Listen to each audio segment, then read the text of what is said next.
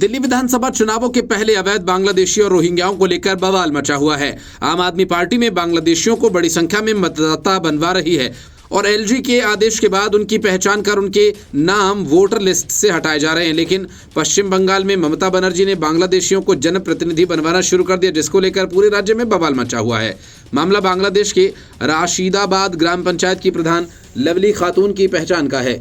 Lovely खातून बांग्लादेशी हैं और अवैध तरीके से भारत में आ गई। इस मामले में खातून की पार्टी तृणमूल कांग्रेस भी एक्टिव हो गई और जांच शुरू करवा दी। इधर कलकत्ता हाईकोर्ट ने इन आरोपों को लेकर रिपोर्ट भी तलब की है। ममता बनर्जी की इस चाल पर भड़के बीजेपी नेता शुभेंदु अधिकारी ने ममता बनर्जी को शरारतपूर्ण इरादे वाला व्यक्ति करार दिया और सत्ता में आने के बाद उनके खिलाफ कार्यवाही किए जाने की चेतावनी भी दी। लवली का असली नाम नासिया शेख है। कथित तौर पर वो बिना पासपोर्ट के भारत आई और यहाँ उन्होंने अपनी सारी पुरानी पहचान को मिटा दिया। रिपोर्ट्स के मुताबिक उन्होंने पिता का नाम बदलकर शेख मुस्तफ़ा कर दिया था। दस्तावेजों में यही नाम दर्ज है। उन्हें साल 2015 में वोटर कार्ड मिला और साल 2018 में जन्म प्रमाण पत्र। रिपोर्ट के अनुसार लवली के पिता का असली नाम जमील बिस्वास है। लवली के खिलाफ हाईकोर्ट में रेहाना सुल्तान की तरफ से याचिका दाखिल की गई थी।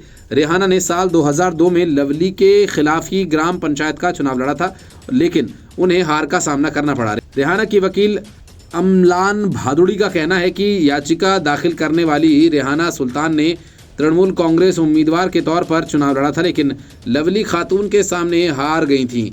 खातून ने कांग्रेस और लेफ्ट गठबंधन की उम्मीदवार बनकर चुनाव लड़ा था। चुनाव जीतने के 1 या 2 महीने बाद खातून ने टीएमसी का दामन थाम लिया और आरोप लगाया कि खातून बांग्लादेशी अप्रवासी हैं। उन्होंने आरोप लगाया कि खातून के नाम पर जारी हुए आधार कार्ड और जन्म प्रमाण पत्र फर्जी दस्तावेज के आधार पर बने हैं और उन्होंने कहा कि हम स्थानीय पुलिस स्टेशन और स्थानीय प्रशासन के पास भी गए थे, लेकिन कोई कार्रवाई नहीं की गई। ऐसे में हमने 2024 में कलकत्ता हाईकोर्ट का रुख किया। भादुड़ी ने बताया कि लवली खातून ने चुनाव में अपनी पात्रता साबित करने के लिए आधार कार्ड, वोटर कार्ड और ओबीसी दर्जा से जुड़ी फर्जी दस्तावेज बनवाए हैं। हमें ये भी स्थानीय लोगों से पता चला कि खातून पड़ोस के गांव में गई थी, जहां उन्होंने एक व्यक्ति को अपने पिता के तौर पर पेश होने का अनुरोध किया था। सभी जानते हैं कि उनके पिता का नाम शेख मुस्तफ़ा नहीं है, बल्कि जमील बिस्वास है और यहाँ तक कि एनपीआर पर भी शेख मुस्तफ़ा के परिवार में लवली का कोई जिक्र नहीं है। देवेंद्र फडणवीस सीएम की गद्दी संभालने के बाद से फ्रंट फुट पर खेल रहे हैं। उनका ये अंदाज बहुत कुछ योगी आदित्यनाथ की तरह है, जो किसी भी अपराध के खिलाफ जीरो टॉलरेंस की नीति पर काम कर रहे हैं। अब फडणवीस ने भी कुछ ऐसा ही किया, जिसकी तारीफ हो रही है। बीड़ के चर्चित सरपंच संतोष देशमुख हत्याकांड और रंगदारी मामले में फडणवीस ने अपनी ही सरकार के मंत्री धनंजय मुंडे के करीबी वाल्मीकि कराड़ की गर्दन दबोच ली। वाल्मीकि कराड़ पर ही संतोष देशमुख की हत्या का आरोप है। फडणवीस के तेवरों के बाद वाल्मीकि कराड़ को सरेंडर करना ही पड़ा। वाल्मीकि कराड़ के सरेंडर करने के बाद देवेंद्र फडणवीस ने कहा कि प्रदेश में गुंडा राज नहीं चलने देंगे, यहाँ कोई भी फिरौती नहीं मांग सकता, कोई हिंसा नहीं कर सकता, सिस्टम काम कर रहा है, इसका सबूत लोगों को मिलना चाहिए। फडणवीस ने आक्रामक रुख अपनाते हुए कहा कि हम किसी अपराधी को छोड़ने वाले नहीं, हम सभी आरोपियों को खोज कर निकालेंगे। जब तक दोषियों को ढूंढकर फांसी नहीं दी जाती, तब तक चुप नहीं बैठेंगे, गैंगस्टर का राज नहीं चलने देंगे। वाल्मीकि कराड़ के खिलाफ रंगदारी का मामला दर्ज किया गया, लेकिन क्या हत्या का मामला दर्ज किया जाएगा? इस बारे में फडणवीस से जब पूछा गया तो उन्होंने कहा कि कौन सा मामला दर्ज किया जाएगा इसके बारे में पुलिस बताएगी। सीआईडी पूरी तरह से स्वतंत्र है, जांच कर रही है और उस पर किसी भी तरह का कोई दबाव नहीं। उधर वाल्मीकि कराड़ ने पुलिस के सामने सरेंडर किया और इससे पहले एक ऑडियो टेप जारी किया, जिसमें अपने ऊपर लगे आरोपों का उसने खंडन किया। कराड़ ने कहा कि संतोष देशमुख की हत्या के दोषियों को फांसी दी जानी चाहिए। विपक्ष कराड़ के बॉस धनंजय मुंडे का इस्तीफा मांग रहा है।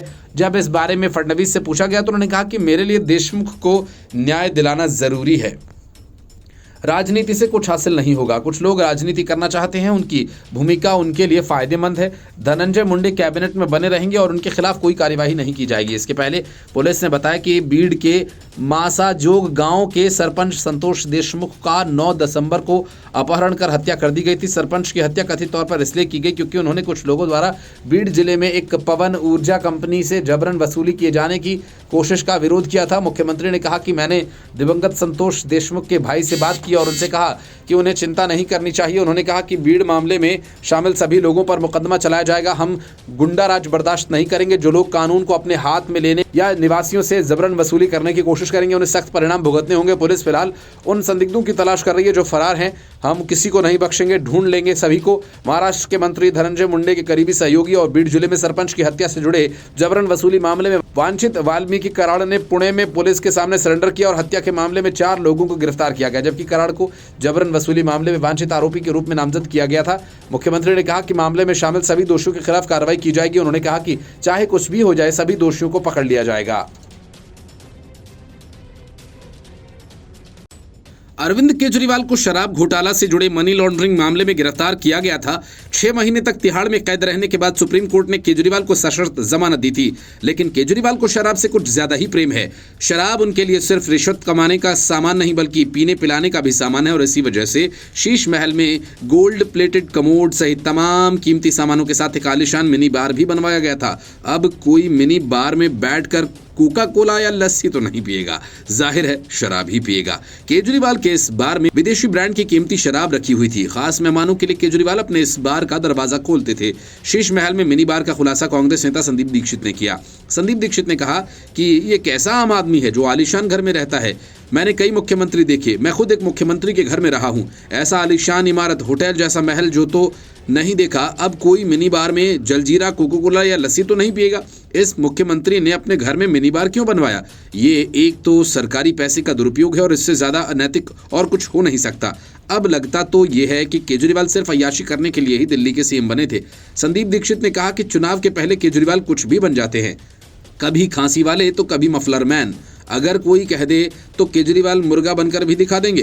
केजरीवाल के शीश महल में मिनी बार की खबर से हंगामा मच गया, लेकिन बड़ी बात यह कि आम आदमी पार्टी ने संदीप दीक्षित के इस दावे को लेकर अब तक कुछ कहा नहीं। एक तरफ बीजेपी जहां केजरीवाल के घर में लगे 12 लाख रुपए के गोल्ड प्लेटेड कमोड को लेकर प्रदर्शन कर रही है और दिल्ली के लोगों को बता रही है कि देखो केजरीवाल अपनी अय्याशी के लिए शीश महल में क्या क्या लगाए हुए थे, उन्हें एक साफ सुथरे टॉयलेट के लिए तरसना पड़ रहा है। अब कांग्रेस केजरीवाल के मिनी बार को लेकर मैदान में आक्रामक तरीके से उतर गई है। जाहिर है शीश महल और केजरीवाल की अय्याशी के सामान विधानसभा चुनाव में बड़ा मुद्दा बन सकते हैं, क्योंकि केजरीवाल ने अपनी सियासत खुद को आम आदमी के रूप में पेश करने की शुरू की थी और इस आम आदमी का असली चेहरा अब सबके सामने आ गया है। Bureau report, news of India. Delhi में विधानसभा चुनाव से पहले इमाम, पुजारी और ग्रंथियों के वेतन के मुद्दे पर राजनीति तेज हो गई है। एक तरफ जहां आम आदमी पार्टी ने पुजारियों और ग्रंथियों को चौथी बार सरकार बनने पर हर महीने 18,000 रुपए सम्मान राशि देने का वादा किया, तो दूसरी तरफ जिन इमामों को केजरीवाल पिछले कई सालों से वेतन दे रहे हैं, वे अपना बकाया वेतन पाने के लिए उनके घर के चक्कर काट रहे हैं। लेकिन केजरीवाल इनसे बात करना तो दूर, मिलते तक नहीं। केजरीवाल की इस बेरुखी से नाराज ऑल इंडिया इमाम एसोसिएशन के प्रमुख साजिद रशीदी ने कहा कि आम आदमी पार्टी ने फायदे के बजाय उनका नुकसान ही किया, क्योंकि हमें कटोरा लेकर घूमने को मजबूर कर दिया। साजिद रशीदी ने कहा कि किस तरह शुरुआत में उन्होंने फायदा दिखाया, लेकिन बाद में उनके लिए नुकसानदायक साबित हुआ। रशीदी ने कहा कि जब से केजरीवाल की सरकार आई है, एक बार भी 6 महीने तक लगातार वेतन नहीं मिला। जब भी मिला 5-6 महीने रुक कर मिला, जबकि पैसों की कमी नहीं है इनके पास। रशीदी ने कहा कि मुसलमानों और पादरियों को छूने से केजरीवाल बच रहे हैं, क्योंकि उनकी राजनीति कमजोर होगी। 3 दिन केजरीवाल से मुलाकात का प्रयास कर चुके रशीदी ने कहा कि ईसाइयों को न देकर और हमसे न मिलकर ये वो दिखाना चाहते हैं कि देखो मुसलमानों को हम इस हद तक ले जा सकते हैं, उनके इमामों को घर पर खड़ा रखकर जलील कर सकते हैं। वो ये दिखाना चाहते हैं, बताना चाहते हैं। रशीदी का आरोप है कि दिल्ली के सभी इमामों को वेतन देने का ऐलान करने के बहाने वक्फ बोर्ड के स्थायी इमामों के साथ ठगी की गई। रशीदी ने कहा कि केजरीवाल जी ने 2020 में एक शिगुफा छोड़ा, दिल्ली के सभी इमामों को वेतन देने का ऐलान किया, जो हम परमानेंट लोग हैं। मैं भी उनमें 96 में से एक इमाम हूँ, उससे पहले से भी लोग हैं। लेकिन उन्होंने कहा कि प्राइवेट मस्जिदों के इमामों को भी वेतन देंगे। अमानतुल्लाह जब चेयरमैन थे, 37 करोड़ का ग्रांट मंजूर किया गया। हमने साथ दिया ये सोचकर कि किसी का फ़ायदा हो जाए, लेकिन निजी इमामों के बहाने हम परमानेंट को भी ख़राब कर दिया। 2-3 बार वेतन दिया, 100 करोड़ का बजट दिया, क्या हुआ उसका? वो तो चेयरमैन और सरकारें जाने। उसके बाद उन्हें भी वेतन नहीं मिला। हम जो वक्फ बोर्ड के राजस्व से वेतन पाते थे, ग्रांट पर कर दिया, यानी हमें पक्का से कच्चा कर दिया। ये कमाल केजरीवाल जी ने किया। आप हमें 10,000 ही देते, कमज़ोर तो न करते। रशीदी ने कहा कि ग्रंथियों, पुजारियों या इमामों का सम्मान नहीं, गूगली है। उन्होंने कहा कि एक इमाम के पास सैकड़ों हज़ारों लोग नमाज पढ़ते हैं, लेकिन लोगों को जब पता चलेगा कि इमाम को पैसा नहीं मिला तो उन पर असर होगा। उन्होंने कहा कि ग्रंथियों को सरकार की मदद की आवश्यकता नहीं, क्योंकि गुरुद्वारा सक्षम है, लेकिन पुजारी झांसे में आ सकते हैं। पुजारियों को पैसे का वादा करके शिगुफा छोड़ा गया ताकि उनके अनुयायी प्रभावित हों। देंगे या नहीं देंगे ये तो चुनाव के बाद होगा। जैसे अभी महिलाओं से रजिस्ट्रेशन करा लिया और इसके विभाग ने कह दिया कि ऐसी कोई स्कीम ही नहीं। Bureau report, news of India. Atishi Marlena और संजय सिंह ये सोचकर बैठे थे कि झूठे आरोप लगाकर वे बच निकलेंगे, लेकिन ऐसा होता हुआ दिख नहीं रहा। इन दोनों ने हाल ही में संदीप दीक्षित पर बीजेपी से पैसे लेकर केजरीवाल के खिलाफ चुनाव लड़ने का आरोप लगाया था। आतिशी मरलेना और संजय सिंह इस आरोप को लेकर अब संदीप दीक्षित मानहानि का दावा करने की तैयारी में है और इस बात की जानकारी उन्होंने प्रेस कॉन्फ्रेंस में दी। इसके साथ ही उन्होंने 10 करोड़ रुपए भी मांगे। इससे 5 करोड़ में वो यमुना की सफाई और 5 करोड़ रुपए प्रदूषण की समस्या से निपटने के लिए दान करेंगे। इसकी वजह उन्होंने आतिशी के बयान को भी बताया, जिसमें उन्होंने कहा था कि संदीप दीक्षित ने बीजेपी से भारी रकम ली है। संदीप दीक्षित ने यह भी बताया कि मनमोहन सिंह का निधन हो जाने की वजह से वो प्रेस कॉन्फ्रेंस नहीं कर पाए, लेकिन इसके बाद अब मानहानि का मुकदमा दायर करेंगे। उन्होंने कहा कि 5-6 दिन पहले दिल्ली की सीएम आतिशी ने कहा था कि मैं बीजेपी से बड़ी रकम ले रहा हूं। पिछले 10-12 सालों से उन्होंने कांग्रेस और मुझे, मेरे परिवार को निशाना बनाया। मेरे पास पिछले 10-12 साल से आम आदमी पार्टी से पूछने के लिए कई सवाल हैं। संदीप दीक्षित ने कहा कि अरविंद केजरीवाल शीला दीक्षित सरकार के खिलाफ 360 पन्नों के सबूत लेकर घूमते थे। बीजेपी के विनय कुमार मल्होत्रा ने मुझे बताया कि अरविंद केजरीवाल के सीएम बनने के बाद बीजेपी का एक प्रतिनिधिमंडल उनसे मिला और मांगे सबूत। तब अरविंद केजरीवाल ने उन्हें 360 अखबारों की कटिंग दिखाई। वो पहले व्यक्ति हैं जो सबूत के तौर पर अखबारों की कटिंग देते हैं। जिस दिन सीएम ने कहा कि हम बीजेपी से पैसे ले रहे हैं, उसी दिन पूर्व प्रधानमंत्री मनमोहन सिंह का निधन हुआ, इसलिए हम प्रेस कॉन्फ्रेंस नहीं कर सके। उन्होंने कहा कि इस प्रेस कॉन्फ्रेंस के बाद मैं सीएम आतिशी और संजय सिंह के खिलाफ आपराधिक और दीवानी मुकदमा दायर करूंगा।